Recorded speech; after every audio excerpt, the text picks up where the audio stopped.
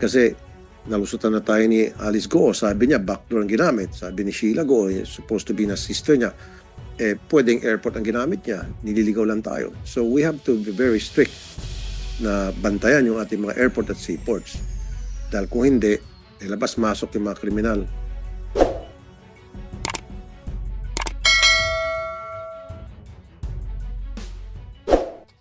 Thank you, Committee Secretary. In today's hearing, we will discuss the vulnerability of our borders, airport and seaport, at the routes that the smugglers, human traffickers, and others would use or using right now to go in and out of the country or escape. And sometimes our country, especially those fugitives who are evading arrest, just like what happened with Alice Go. So, pag-usapan natin, ano yung mga gagawin natin para mapalakas ang ating mga borders, excuse me, which is very important in this today's hearing. But before we proceed, I'll show you a video, Comsec.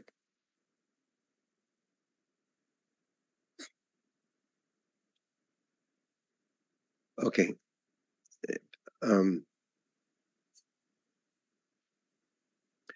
Yung video makita nyo, ito yung... Starting with the lower deck, which is where most of the action happens. It's where the crew brings the fish on board once they're in the net. The lower deck also holds one speedboat, a skiff boat, and the net, which is underneath a red cover here.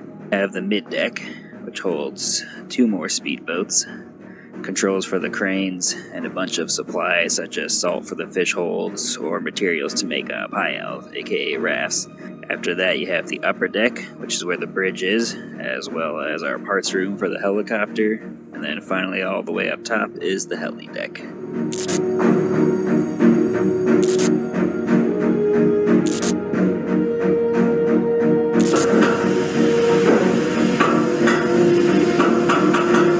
So makikita nyo na yan, speed nababa from the vessel. Kasi may kwento ni Sheila Go sa hearing na from Little White Boat. Okay, sorry. Good. From the Little White Boat, sila ay nag-transfer sa fishing vessel. So that could be the scenario na kasi nung una nagdududa ako na paano lilipat ang isang speedboat pasahero sa speedboat o maliit na bangka papunta sa malaking fishing vessel. So, pwede yun. From a speedboat, tapos meron yung crane, nakita naman natin, iangat lang papunta sa loob ng barko. Kasi nagdududa ako noon, maalon, paano sasampa yung isang pasahero sa maliit na speedboat going to a big fishing vessel. So, ito naman another scenario.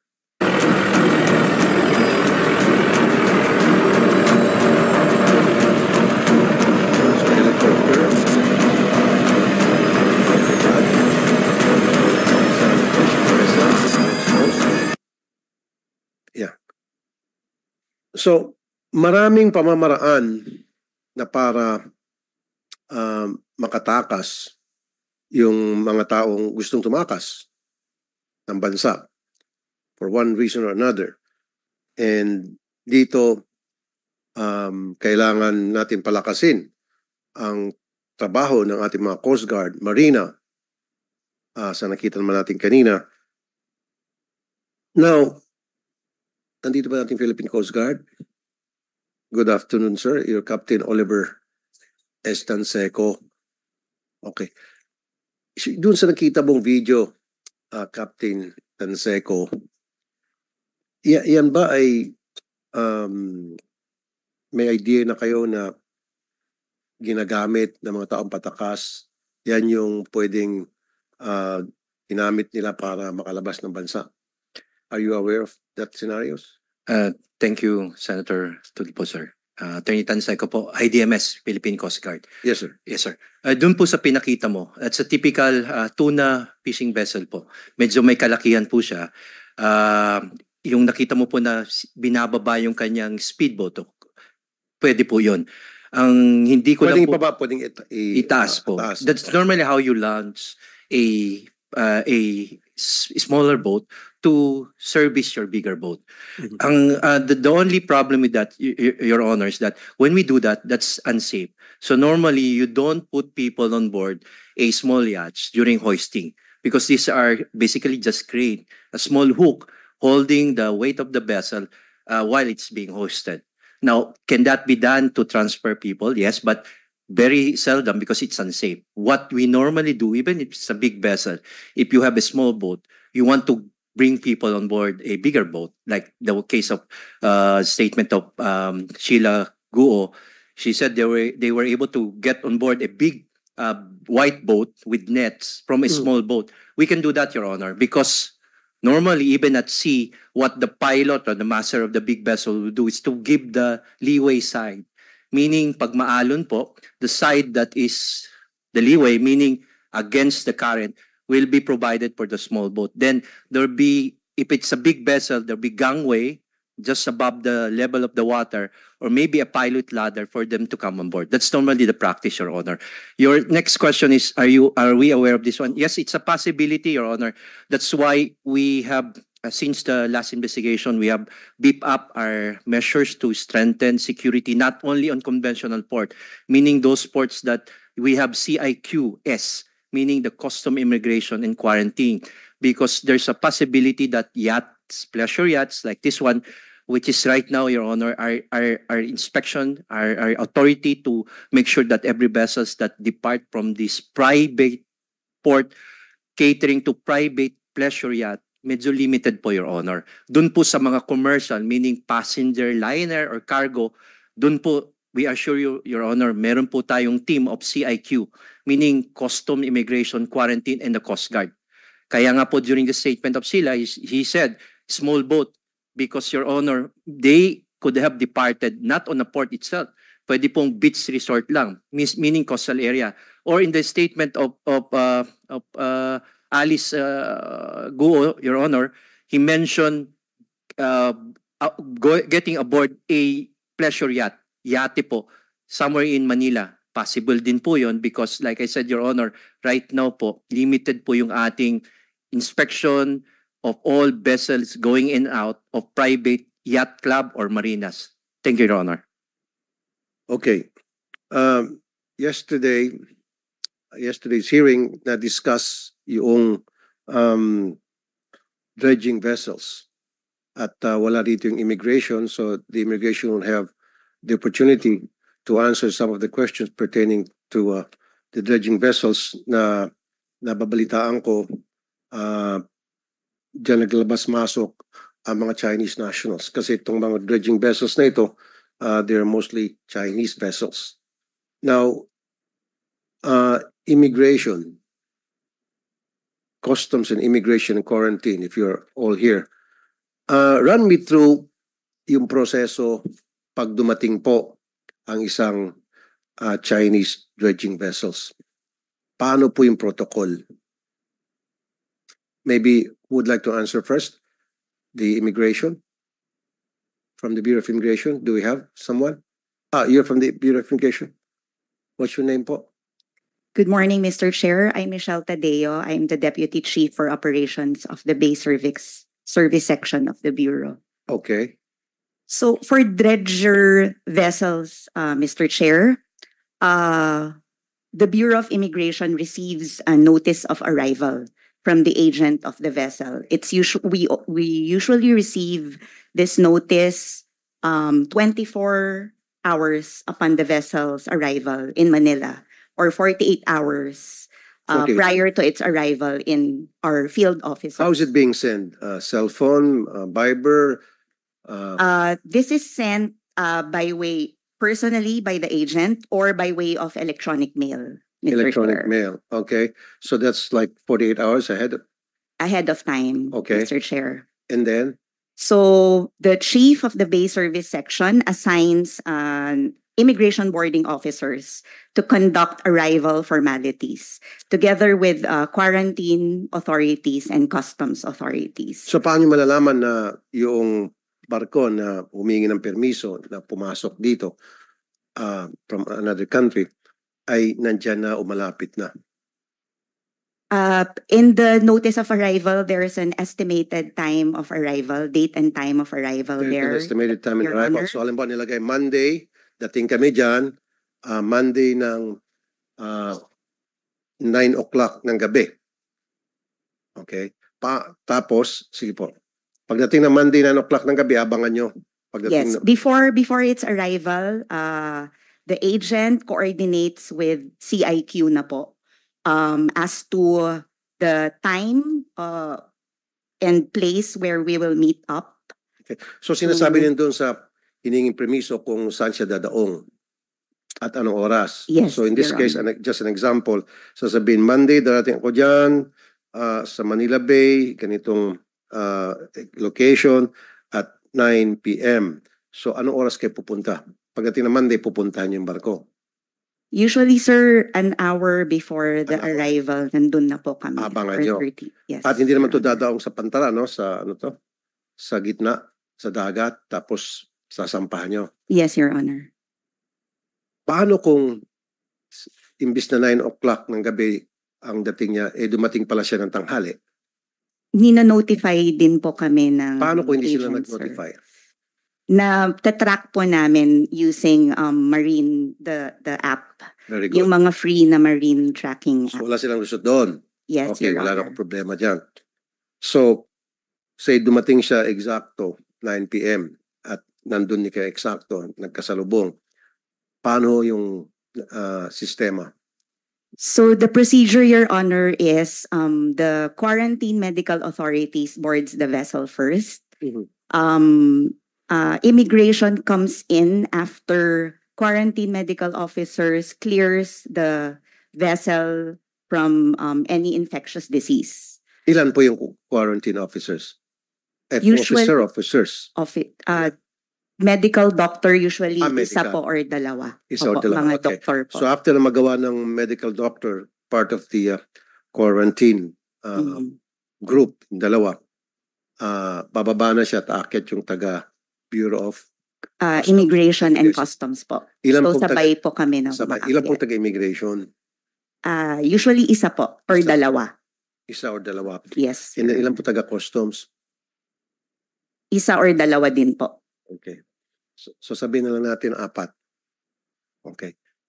Now, anong ginagawa niyo pagdating niyo na doon sa barko, pagdating na sa taas ng barko? Anong sistema ng pag-process doon sa barko? So we conduct the arrival boarding formalities with the master of the ship. And Okay. usually ang kasama po ng master is the chief mate. Mhm. So we inspect the travel documents po, Okay. and the crew list and passenger manifest of the ship. Pero for the dredger vessels po, lahat po yan ay crew ng barko. So tinitingnan niyo yung manifest. After Yes, na Your makita niyo yung Honor. manifest, nakita niyo yung mga papeles, ano susunod? Nakita niyo maayos yung papeles at mukhang okay naman yung manifest, anong sunod po na gagawin ng Customs and Immigration? So customs performs their arrival formalities na po Which after is, immigration ano po yung arrival formalities? ng customs, Your Honor. Okay, mamaya na sa Customs. Immigration kasi taga-immigration ka pala. Mhm. So after na magawa ng Customs yung trabaho nila, ano naman po yung gagawing trabaho ng Immigration? So for immigration, sir, we determine kung may plans ng crew change Mhm. ang vessel, Okay, kung meron pong i-repatriate na Okay. crew. okay. So kailangan po may proper visa po yung mga crew na to. Usually they secure the 9C visa Okay. from our how do consulate you do it? overseas. Na yung nasa manifest sa harap nyo and then may mga passport dyan. Kung Yes, Your pwedeng sabihin natin 20 na passport, which means 20 na crew members. So ibabangga nyo doon sa manifest yung mga passport na hawak niyo.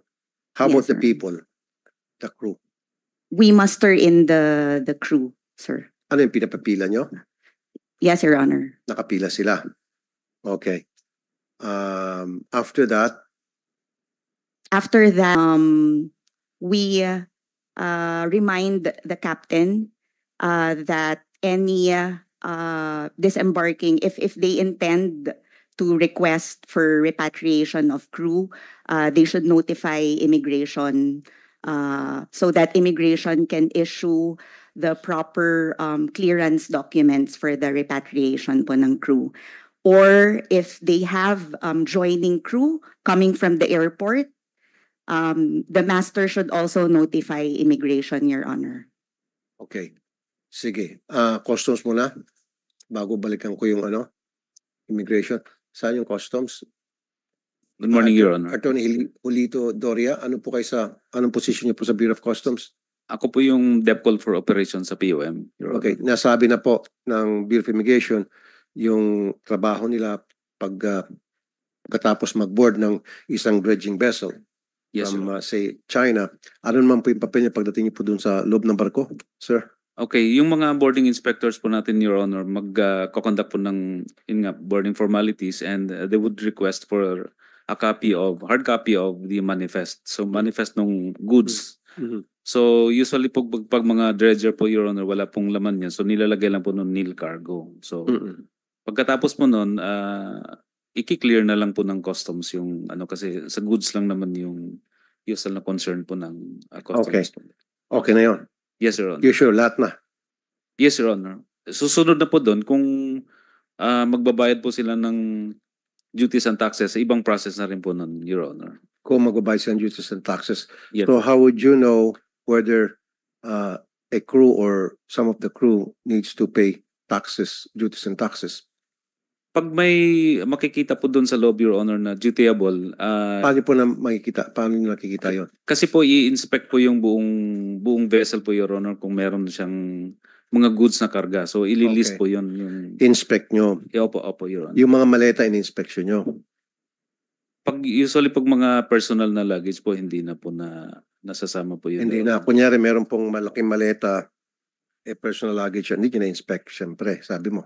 Tama. Hindi na po Hindi na. pinapasok. Paano kung punong-punoy ng cocaine at shabu? Your Honor, pag mga ganun po kasi, based na dun sa human intelligence po yun, Your Honor, kung... No. Tinuturo mo agad yung responsibility nyo sa ibang ahensya. Na dapat in-inspect nyo yung luggage. Kasi sabi mo, wala nang inspection pag personal luggage. Tinitingnan nyo lang yung barko kung meron dapat mga bagay doon na taxable or kailangan magbayad ng duties. Hindi nyo na, galing sa'yo, hindi mo na in-inspection yung mga maleta. Now, paano nga kung merong bomba doon, may baril doon, o merong shabu o cocaine doon? Lusot na. Your Honor, po, ang usual lang po kasi ng ginagawa natin per procedure is tinitingnan po yung usually yung store list. So nakalagay po doon kung ano yung mga goods na nakalagay doon sa store list niya. I'll tell you what, Yes, Your Honor. paligoy-ligoy ka pa. From now on, inspect nyo lahat ng mga gamit ng mga crew members. Physical inspection. Parang x-ray. Di ba, pag sa airport, darating mga gamit, may dinadaan ng x-ray yun para makita kung may laman, kung ano laman ng bagahe. Do that. Kasi, pwedeng isang maleta, may kargang shabu, may kargang mga baril, may kargang cocaine. Lusot na. Kung merong 20 na crew at yung 20 crew na yun, lahat sila tig isang maletang cocaine, tapos tayo. Yes, From now on, kailangan inspect lahat ng personal baggage ng bawat crew member. I Yes, want sir. you to do that. Okay? Yes, Your Honor. Nandito pa yung DOTR? DOTR, I would like you to coordinate with the Department of Justice kasi under sila sa DOJ. Coordinate with Secretary Boying Rimulya para masiguro na susundin nila itong direktiba ko. Okay. Kaya pala nagkalat itong mga cocaine shabu dito sa Pilipinas. Ayan na. Makakalusot. Eh kung 50 crew tapos 50 maleta, eh kinargahan ng cocaine, kinargahan ng shabu, o di ilang kilos din yan. Daan-daang kilo na yun. Okay, next. Immigration.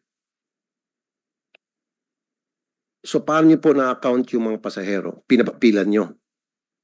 Tinatawag niyo sila, pila kayo dito, gano'n. Yes, Your Honor. Okay.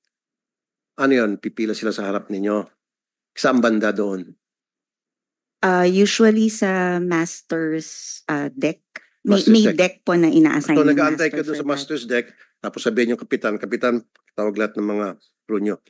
Tama? Yes, Your Nag-aantay Honor. kayo We doon sa muster master deck. in all Okay. the crew. So darating yung isa-isa, yung crew members, tapos bibilangin nyo, susulat nyo sa papel, titingnan nyo yung mga pangalan, ibabangga nyo sa manifest, and then doon sa passport.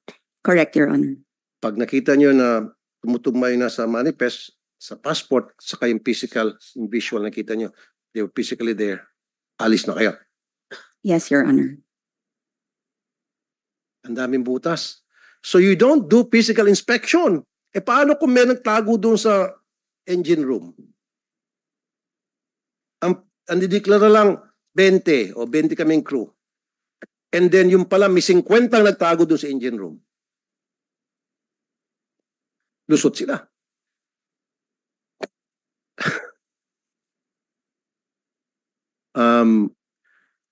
Kumuha kayo ng K9. Maybe Coast Guard or Immigration and Customs. At yung K9 na yon mag-aamoy ng drugs at K9 na mag-aamoy ng mga tao. At malalaman, halugugin nyo yung kasulok-sulukan ng mga ng barko. Top to bottom. Para masiguro walang taong nagtatago doon. Kung ano yung nasa taas na nakapila, yun lang yun. At walang mga nakasiksik na mga kontrabando sa ilalim ng barko. Di ba, ma'am? Now, tapos nung bababa na kayo. Pagbaba ninyo, so nasa laot yung barko, pagbaba ninyo, uwi na kayo sa opisina ninyo. Tama? Yes, Your Honor. Chill-chill na kayo. Tama? Siyempre, walang gagawin. Gabi, uwi na. So, chill-chill na kayo. Paano kung yung mga crew members bumaba at say pumunta sa restaurant kumain, pumunta sa 7-Eleven, paano nyo po ma-account yun? Paano nyo po na monitor yun? Dapat po dino-notify po kami ng master through the agent. Dapat. Paano kung hindi sila notify, matigas ng ulo kasi may balak silang gumawa ng hindi tama? Wala po kaming presence 24/7 sa port. Exactly. Again, doon natin nakita yung vulnerability ninyo. Kasi nga po, ma'am, sa Zambales, maging dyan sa Manila Bay, dito malapit lang sa amin. Dyan sa dating Sofitel, may kita yung dating dredging vessels dyan. Bumababa yung mga Chinese para magpasyal, para mamalengke, para kung saan-saan silang gumala. So, how would we know kung sila ay babalik pa o hindi? You wouldn't know that, right?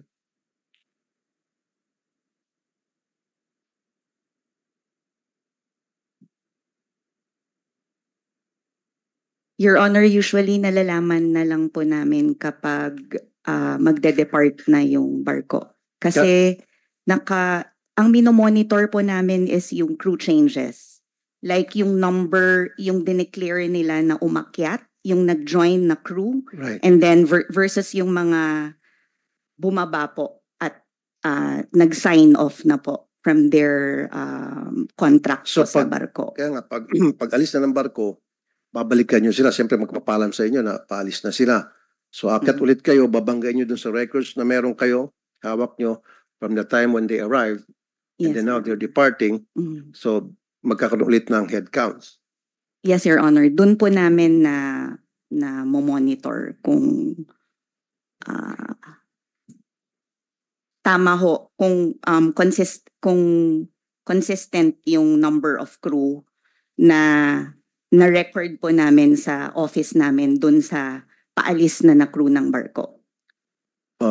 Wala kayong way na para siguraduhin yung hawak nilang passport ay legit. Alam Sila pa rin yun. yung pagdating po sa pagtingin ng passport, we would know po if it's genuine or not. Okay. Kasi trained po yung mga immigration officers namin to do that. Very good. And we also ensure that the passport, the person in front of us is the owner of the passport. So we also have capability of Nice. determining kung impostor po ang Okay. kaharap namin. So, umakyat ulit kayo, siguro immigration na, wala na yung customs, di ba? Paalis na eh. Chinek nyo yung records na sinabit sa inyo nung dumating sila and then ngayon paalis sila, ibabangga nyo yung nakikita nyo sa harap ninyo, yung sa manifest, ibabangga nyo yun, pati yung mga passport and then the numbers of passengers versus the passport, kanon. After that, alis na kayo, bigyan nyo ng clearance na alis. Yes, Your Honor. So, alimbawa, 20 yung pasahero, yung crew, nung dumating, and then akyat kayo, binilang nyo 1, 2, 3, 4, 5, 6, 7, 8, 9, 10, 20 paalis, tumutugma, larga na. Yes, Your Honor. Paano kung pag-alis ng barko, hindi lang pala 20, kundi 40 na ang sakay noon? At kasama dun, at yung 20 na sakay doon, ay mga kriminal sa Pogo na may mga tinatakasan na kaso rito or any criminals for that matter. Sumampa doon, sumakay doon sa barkong yon para makatakas na. So, wala kayong capability na para malaman nyo. We conduct a derogatory checking, Your Honor. When you say derogatory checking, For all arriving and departing crew. ano nga po yung and derogatory passengers. checking? Kung meron po silang whole departure order or alert lists coming from intelligence agencies, Your No, Honor. that's not what I meant. Ang ibig sabihin, wala pala kayong ginagawang physical inspection. Every day, Your Honor, sa barko. Hindi, yung paalis na, pag umalis na yung barko, wala kayong ginagawang inspection. We do, Your Honor. Physical inspection. Yes, Your Honor. Hinahalughog nyo yung barko? That admittedly, Your Honor, hindi po namin nagagawa. Yung paghalughog sa lahat ng parts ng barko. Exactly. Yan nga sinabi ko. Kung 20 yung crew na dumating, yun yung bilang ninyo. And then pag alis, binilang nyo 20 pa rin yung paalis, clear yung mga documents, larga na. Paano nga kung yung 20 na crew kinargahan? Or ibig sabihin, yung barko na papaalis na 20 yung crew ni register nung parating, pag alis, naging 40 na kasi, pero yung 20 ay tumago na sa kasuluk-sulukan ng barko. At yun ay mga kriminal na patakas. You won't have the capability to know that. So anong plano para maayos itong problema, itong mga butas na nakita natin ngayon? How would you go about addressing it, ma'am? Your Honor, we should be able to inspect the entire ship. Probably we can ask assistance from security, also from the Philippine Coast Guard, to help us in doing this, Your Honor. So, ang daming dumarating na Chinese vessels. Isa-isang buwan, ilang Chinese vessels sa dredging ang dumarating? At ilan ang umaalis?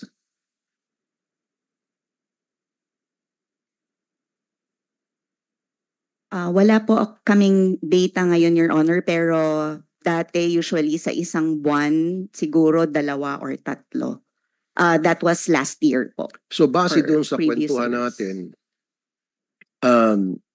at nakita natin yung butas, yung kahinaan ng sistema sa pag-inspect. Yan siguro ang dahilan kung bakit, isa sa mga dahilan kung bakit nagkalat ang mga droga dito. Isang dahilan siguro kung bakit ang dami mga taga-Pogo rito, mga Chinese na nagtatrabaho sa Pogo na hindi registered. Or yung mga Pogo na may kaso rito, gumawa ng krimen, nag-torture, nag-kidnap ng kapwa nilang Pogo worker, pwede palang tumakas doon sa barko na yun, sa mga dredging vessels na yun. So, Philippine Coast Guard, hihingi daw sila ng tulong sa inyo. So, anong klaseng tulong may bigay nyo para matakpan yung butas, dad ng butas yung kanilang sistema? Thank you, Mr. Chair. Doon po sa discussion about yung CIQ, meron pong isa pang component yon. Yun yung sir. Yun yung security. Now, yung security po, ang role ng Coast Guard is part po ng aming mandate as far as port state control is concerned. Your Honor, signatory po tayo sa SOLAS Convention. Doon po sa SOLAS Convention, meron pong ISPS Code, Your Honor.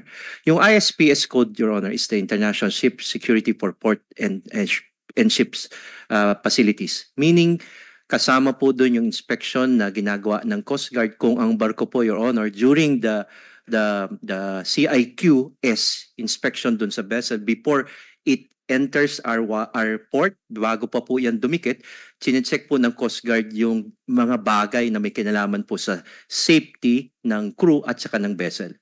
Doon pong nagkakaroon ng konting inspection po na ginagawa ang Coast Guard. Konti, Opo.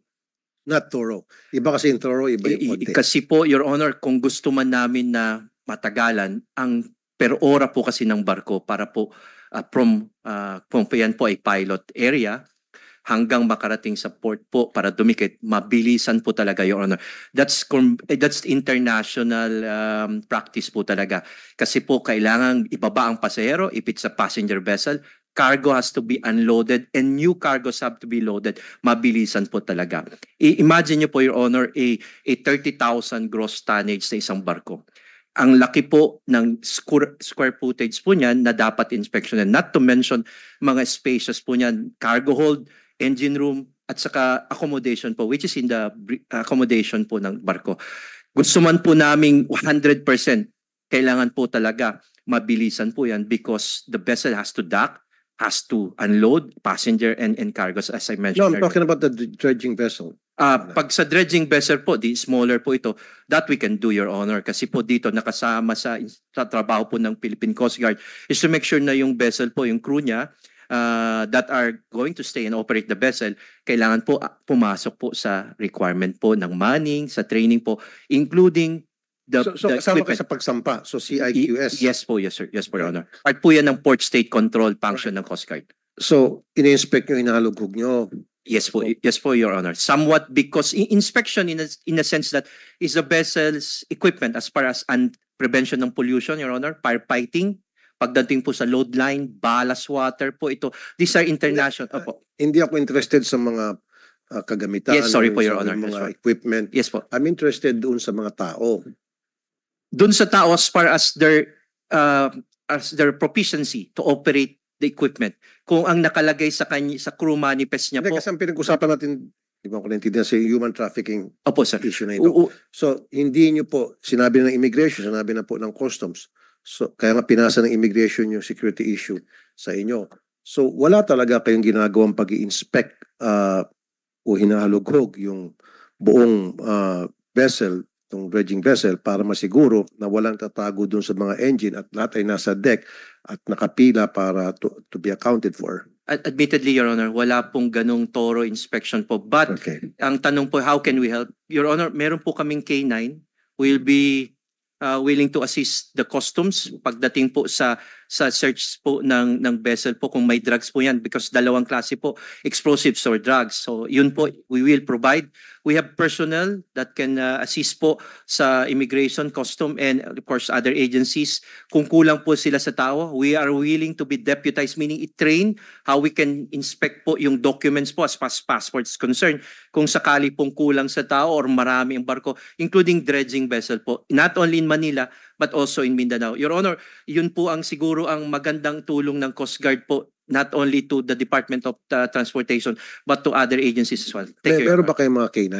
Marami po ang Coast Guard. Surprisingly po, mas marami pa po yata kami sa PNP sa K9 because ang isang trabaho po ng Coast Guard is ensure the safety of every vessels that are docked in our country. So doon po So, tayo. gamitin niyo yun pag kayo sumasampa sa mga dredging vessel na galing sa China. We will submit to your wisdom, Your Honor. Isasama po namin yan sa procedure po namin as we speak, Your Honor. Yung drugs, ammunition, and of course, yung mga tao, Correct, Your Honor. maamoy na may taong nagtatago dyan, so pwedeng palabasin, pwedeng inspection, and pwedeng kapupan. So you'll do that now. Ma'am, please Thank you po. don't laugh. Don't do that. Seryoso kami lahat, tapos kayong dalawang tatawanan kayo ni Mr. Attorney Doria. Don't do that again. Sorry, Your Honor. Thank you, ma'am. Thank you, ma'am. Sige po, gawa na lang po kayo ng proper coordination sa customs, sa immigration, and sabi ko yung DOTR will coordinate with DOJ para masiguro na masunod yung pinag-usapan natin dito. Yes, Your Honor. Pero clarification po. Go ahead po. Will this be DOJ? Kasi ang Bureau of Customs reports to DOF while BID is DOJ. Okay. So DOJ and DOF. Thank you. Siguro. Thank you for that correction. Sige, DOF and DOJ, yung mga secretary doon. So proper coordination. Anyway, yung Coast Guard naman under sa DOTR. Okay. Sige. Now, yung sa airport nga pala, may nakita akong picture na I would like to commend the MIA, Manila International Airport, dahil nung mag-usap tayo noon, sir, sinabi ko, palagi ako nag-alboroto tungkol doon sa General Aviation Terminal at yun ay, it will serve as a processing center para sa mga VIPs na umaalis at dumarating sakay ng isang private or chartered plane. So meron na, can we show the picture? Okay. Pakita ka natin. Yan. Yan na yun. Yan after na mag-usap tayo, yan after na sinabihan ko kayo na maglagay ng Aviation Processing Center. Yes, sir. Yep. Thank you, Mr. Eric Jose Ines. Sir, thank you. Okay. So, yung papaalis ng mga pasahero sakay ng chartered plane, hindi na sila pwedeng pumasok sa gate. Hindi na sila pwedeng dumiretso-diretso sa tarmac. Opo. Okay. Dadaan sila dyan, so merong frisking. Opo. Good. Then after na ma-frisk sila, yung kanilang mga gamit ay dinadaan sa x-ray. Opo. Dapat. Very good. After madaan sa x-ray, yung passport nila ini-scan sa booth Yes, sir. ng immigration. Yun Perfect. po. That's exactly what I want. Okay. Thank you, sir. And kailan po nangyari yan? Mula po nung inutos po niyo yan, ginawa po namin. August 1 po tayo nung binili niyo sa amin. Nagawa po namin agad na inayos na lang po namin yung office po. Yung sa Terminal 4, yung binanggit ko po sa inyo last time. Pagkatapos po, nakita po namin yung mga dapat na ayusin na gamit. So, inayos po namin. So, by the end of August po, naka-ready na po yun. However, nakita po namin yung ibang mga pagkukulang na until now, meron pa po nakikita na ayusin po hanggang bukas po yun. Because kahapon po, nagkaroon po ka ng orientation ulit sa mga gumagamit po ng aviation area para malaman po nila. Bukas naman po magkakaroon kami ng final run-through sapagkat bukas po ng ating gabi ay turnover na po namin sa San Miguel po. Okay. Again, maraming salamat po sa inyo dyan sa MIA Authority. Salamat din po. I really appreciate that. Matagal ko na kasing inaalboroto yan at tinupad nyo rin yung aking request. Thank you so much. Yan po ay ginagawa, well, Mia ka lang, ano, yung Kaap siguro. Kaap siguro ay gawin din natin sa iba't ibang airport. Saan Kaap? Kaap? Is Kaap here? Sir? Yes, sir. General General Ricardo Banayat, sir. I'm Banayat. the Chief Security Intelligence Service. Okay. Mabuti sa mga NAIA airports natin, meron na. Okay. Paano po yung sa mga probinsya? Meron na rin ba processing center? Aviation, general aviation terminal? Nung dinirect niyo po ang to have it implemented vigorously, and we immediately directed our airport security managers to see to it that the policies and the SOPs that we have actually established should be strictly implemented. Okay. Strictly implemented. Define strictly implemented in your dictionary, sir. Sir, ang ibig sabihin yung mga procedures na dapat nakalagay sa mga halimbawa sa mga access areas. Sorry sir, nagagawa. nahirapan po kayo, General. Paiksin ko na lang. Meron ba kayong general aviation terminal tulad ng ginawa ng MIA dito sa mga NAIA airport natin? Wala po tayong GenAb areas. So walang processing center para doon sa mga pasahero ng mga chartered Doon po flights pa rin palabas po. ng bansa? Wala. Doon po pa rin po sa passenger terminal ang processing. Pinoprocess. Doon po dumadaan ang mga pasahero. So kapag merong chartered flight sa Cebu,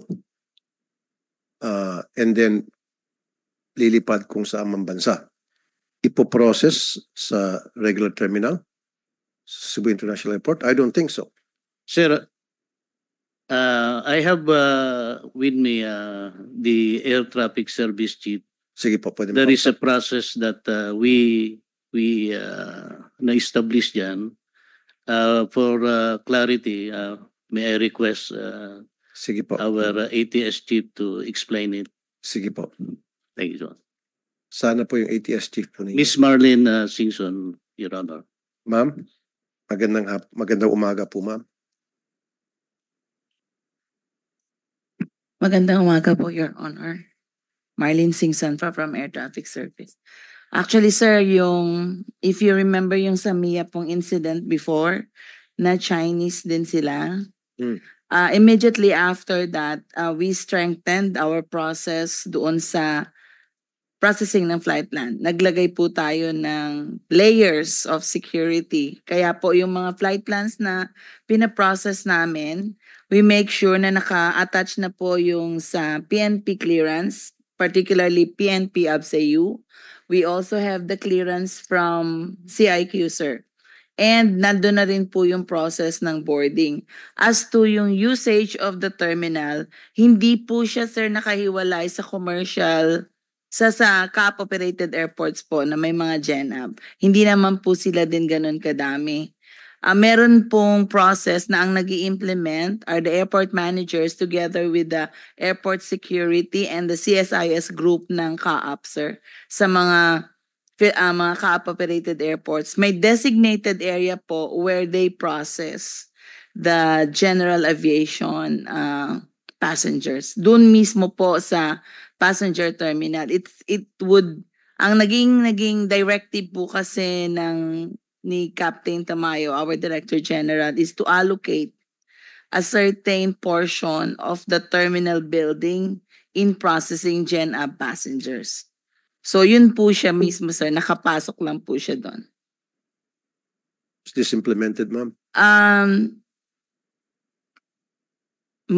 na to, sir, although in ano po siya, sir, in tranches, yun pong hindi siya agad-agad ng salahatan. Mm. Some airports ready for that, in-implement na po siya kagad. Like for example, So how many airports Bicol do we have? Airport. We actually have 80 plus, sir. So ilan po ang international doon? Ang international naman, sir, ay operated by other GOCCs kasi. So that's not part of ano po. Like Clark, Mactan, meron po silang sarili nilang process. Pero yun po yung directive for these airports to provide facilitation for GenAb So passengers. pag yung mga Clark, tapos Subic, hindi nyo nahawak yun? Yung Subic, sir, kasama po yun sa process. Pero yung ibig ko pong sabihin, yung sa mga flight plans, sir, kasama sila sa process. But as to the utilization of the terminal buildings that other GOCCs are operating, sila po yung nagde-decide kung saan nila i-designate yung area. So in other words, hindi po lahat ng mga airport ay merong processing center. Tulad na nabanggit nyo sa Cebu, sabi nyo, meron. Diba? Kung ano yung prosesong dinadaanan ng mga commercial flight passengers, yun din ang dadaanan ng mga pasahero sa mga chartered flights. Tama? Pero sabi mo, hindi sa lahat ng airport nangyari yon. Kasi sabi mo, depende sa GOCCs na may hawak. Ang ibig ko pong sabihin, sir, is yung pong malalaking airports na to, nag-allocate na talaga sila ng space for this GenAb. But it's not under CAAP. It's under MCIAA or LIPAD for yung or SIA, kung sino po yung nag-ooperate ng airport. Kasi itong process na to, sir, is Okay. sa airport management operations. Sige, ABSICOM na lang siguro. Meron ba tayong ABSICOM dito?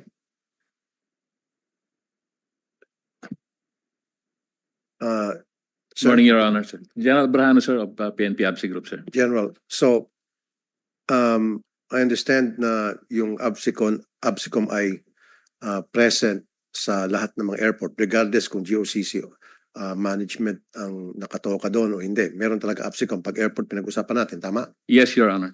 Nabanggit kanina ng CAAP, hindi daw lahat ng airport ay merong General Aviation Terminal to process VIP passengers ng mga chartered flights. That's true, Your Honor. So hindi lahat. Hindi lahat, sir. Wow. So ibig sabihin, pwedeng makatakas ang isang fugitive na evading arrest. Pumuntang China, pumuntang Hong Kong, or anywhere because hindi pala na, Can I clarify that, Your Honor? o mag-smuggle. Yes, sir. Yes, sir. In my understanding, sir, ang nabanggit ng CAAP, sir, hindi lahat merong common terminal to process yung general aviation flights. In those cases, doon nagpro-process, sir, sa aircraft operators hangar mismo, sir. Sa hangar. Yes, sir.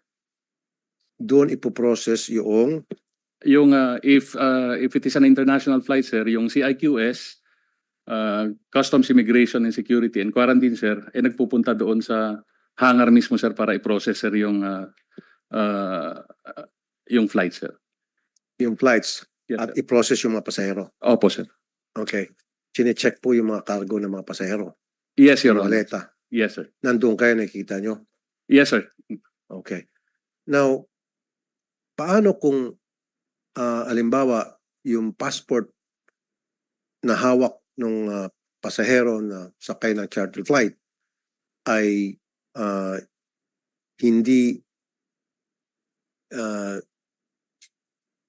hindi legit. Kasi pupunta kayo, wala namang kayong dalang machine na para i-scanner to scan I'm sure sa immigration, pag pupunta kayo sa hangar ng isang chartered flight to inspect the passengers, wala kayong dalang scanner, di ba? To scan the passport. Wala po, Your Honor. So, pwedeng yung pasahero doon, ang hawak niya ay fake passport. Your Honor, hindi po kailangan ng scanners to determine if the travel document is authentic or fraudulent, Your Honor. Sa visible eye po, makikita na rin ho namin, may mga security features that can be seen through yung magnifiers lang or UV light. Di ba pag sa dadaan ka sa airport, sa immigration counter, ini-scan yung passport or gumagawa ng eye scanner or fingerprint. Eh kasi kung pupunta kayo sa scanner, sa hangar, eh wala yun, hindi nyo dala yun. Hindi po namin dala yun, sir. Yung for the biometrics check, Correct. wala po kaming capability for the special flights. But we can determine if the passport is fraudulent po through yung mga handheld equipment po, like magnifiers and portable UV light. Okay. Pero mas maganda pa rin talaga, tulad na ginawa ng MIA, magkaroon talaga ng processing center para sa mga chartered flights para masiguro nila malusutan. Kasi nalusutan na tayo ni Alice Go, sabi niya backdoor ang ginamit. Sabi ni Sheila Go, supposed to be na sister niya, eh pwedeng airport ang ginamit niya, nililigaw lang tayo. So we have to be very strict na bantayan yung ating mga airport at seaports. Dahil kung hindi, labas-masok yung mga kriminal o maybe even PLA, People's Liberation Army. Nakakatakot yan sa dredging vessels. Pwedeng sumakay dyan. At mamaya kausapin natin yung mga intelligence community natin.